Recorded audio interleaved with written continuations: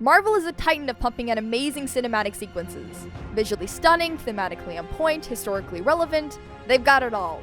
Marvel moments are so great that a group of YouTube's best video essayists, including Nando B Movies, Cosmonaut Variety Hour, and yours truly, contributed to a project titled One Marvelous Scene, where people made videos dedicated to identifying what made their favorite Marvel scenes so marvelous. DC, on the other hand, hasn't exactly hit the bar that Marvel's been reaching. But since Marvel has been given so much attention as of late, I figured it was only fair that DC had their time in the proverbial spotlight too. That's why I decided to start this series called The One Decent Scene, to discuss some of DC's best and worst moments. You guys are so screwed now! Why call it One Decent Scene, you may be pondering? Well, while they do have some pretty iconic moments, they're generally lackluster and few and far between. Therefore, decent. Get it? D-C-ent? Decent? Yeah, you get it. So given that my One Marvelous Scene video examined the Save the Cat moment in Spider-Man Homecoming, and since this is the first One Decent Scene video, I've decided to go back to the beginning of superhero movies and dissect the 1978 Superman Save the Cat sequence. You know, the time when Superman sees a little girl's cat in a tree and brings it down. This scene might not be the most interesting thing to ever be showcased in a blockbuster movie, but I think it says something about society in the time Superman was made. But first, we need to explain the phrase saving the cat. Saving the cat is a term coined by screenwriter Blake Snyder in his book, get this, Save the Cat. Snyder defines saving the cat as a moment in a film when the hero does something that defines who he is and makes the audience like him. It's the point proximate to the start of a movie when a protagonist does something redeemable that makes you want to root for them and sets up their character. And a save the cat moment doesn't necessarily need to include a cat. The concept can be played with and put in different contexts. The context in which a save the cat scene is presented can help introduce the intricacies of the world, story, or theme the character is about to experience. Or at least in good movies. In a well-crafted picture where the writers and directors know what they're doing, every bit of dialogue, every scene, every set piece means something and progresses the story or image the filmmakers are trying to cement. I am Iron Man.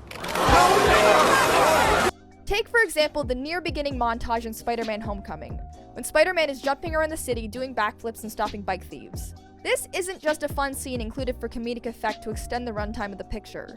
It adds to the point that Spider-Man's a small-time hero with not much crime to fight. Okay, so now that we're all on the same page about saving the cat and how it can be used to tell a layered story, let's talk about Superman. In his Save the Cat scene, Superman sees a little girl yelling at her cat in a tree. He flies down to get the cat, gives it to the little girl, preaches some ironic and cryptic advice about being afraid of heights, then leaves. You know something? We all get a little afraid of heights now and again. It showed that no problem is too small for him to help and that he genuinely cares for the well-being of people given that he stops to chat with the girl. But then this bomb hits. Mommy! Frisky was stuck in the tree. This man swooped at his guy and gave him to. Haven't I told you to stop telling lies?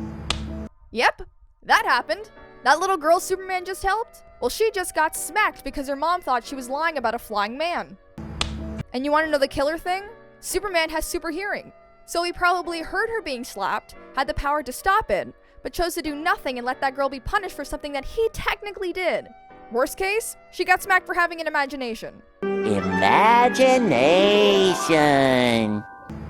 The only way Superman wouldn't be able to hear it is if he was flying at light speeds away from her apartment.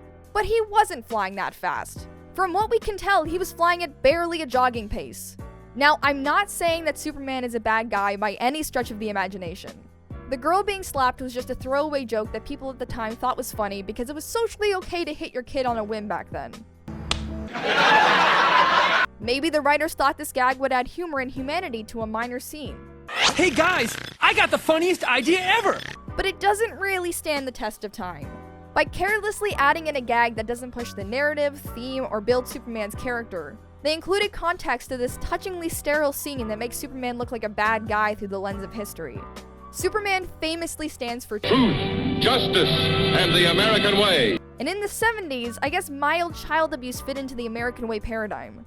Don't you know that boy's very sick? He didn't see this smack as something he should get involved with. Maybe if Superman saw this scene now, he would spin around the world to try and go back in time and actually save the girl as opposed to being a bystander to her pain. Now, I know a couple of you might be thinking, but Ariana, by the mom thinking that this girl was lying, doesn't that establish that Superman isn't really well known yet? Yes, my astute viewer, you may have a point. But I think the little girl not knowing who the flying man was, and all the scenes of people not knowing Superman leading up to the smack, already shows that Superman is new in town. Who are you? A friend. You don't need to suggest a child was beaten so hard you can hear from outside to get that information across.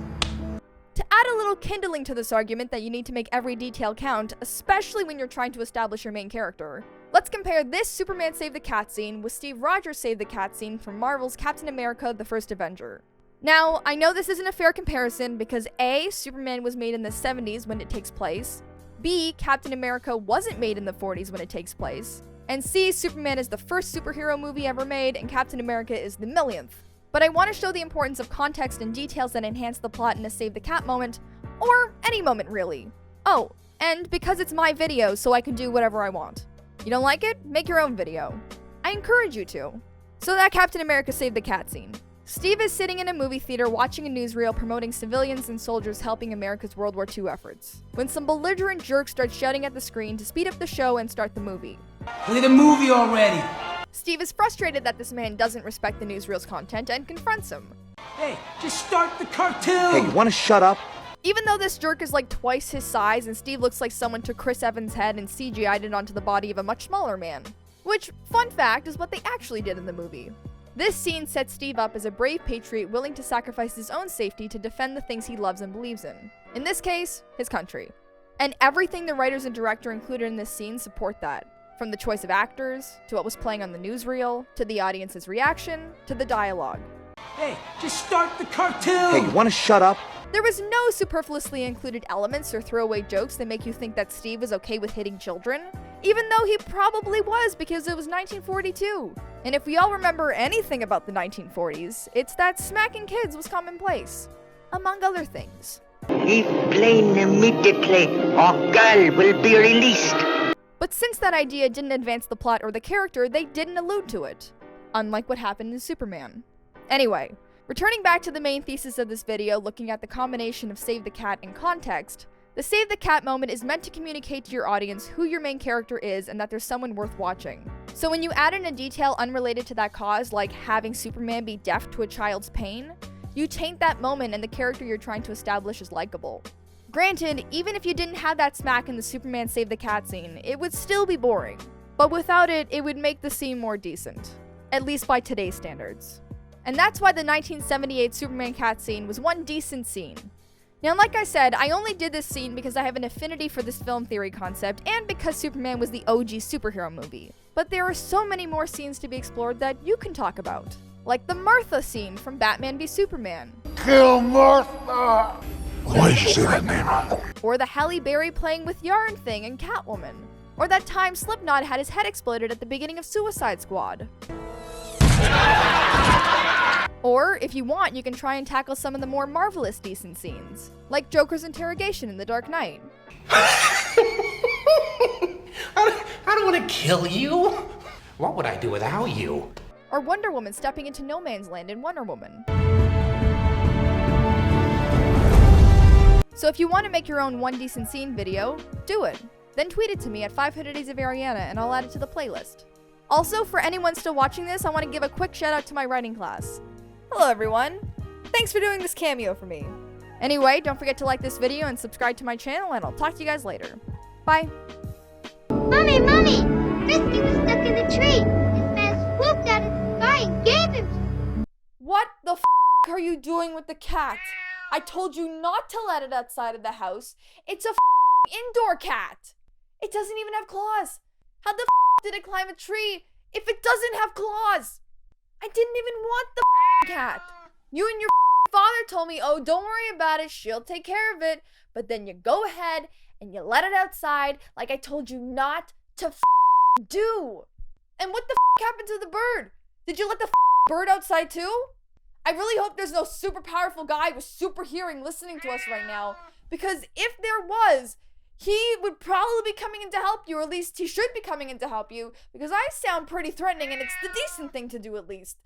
Oh, I really want to hit you, but I'm not going to, even though it's the 70s and you can't hit your kids right now, it's socially acceptable. And when the are you gonna change that goddamn litter box? Oh, stop crying, Stephanie. This is your fault. And now you're gonna deal with the consequences of you being an idiot.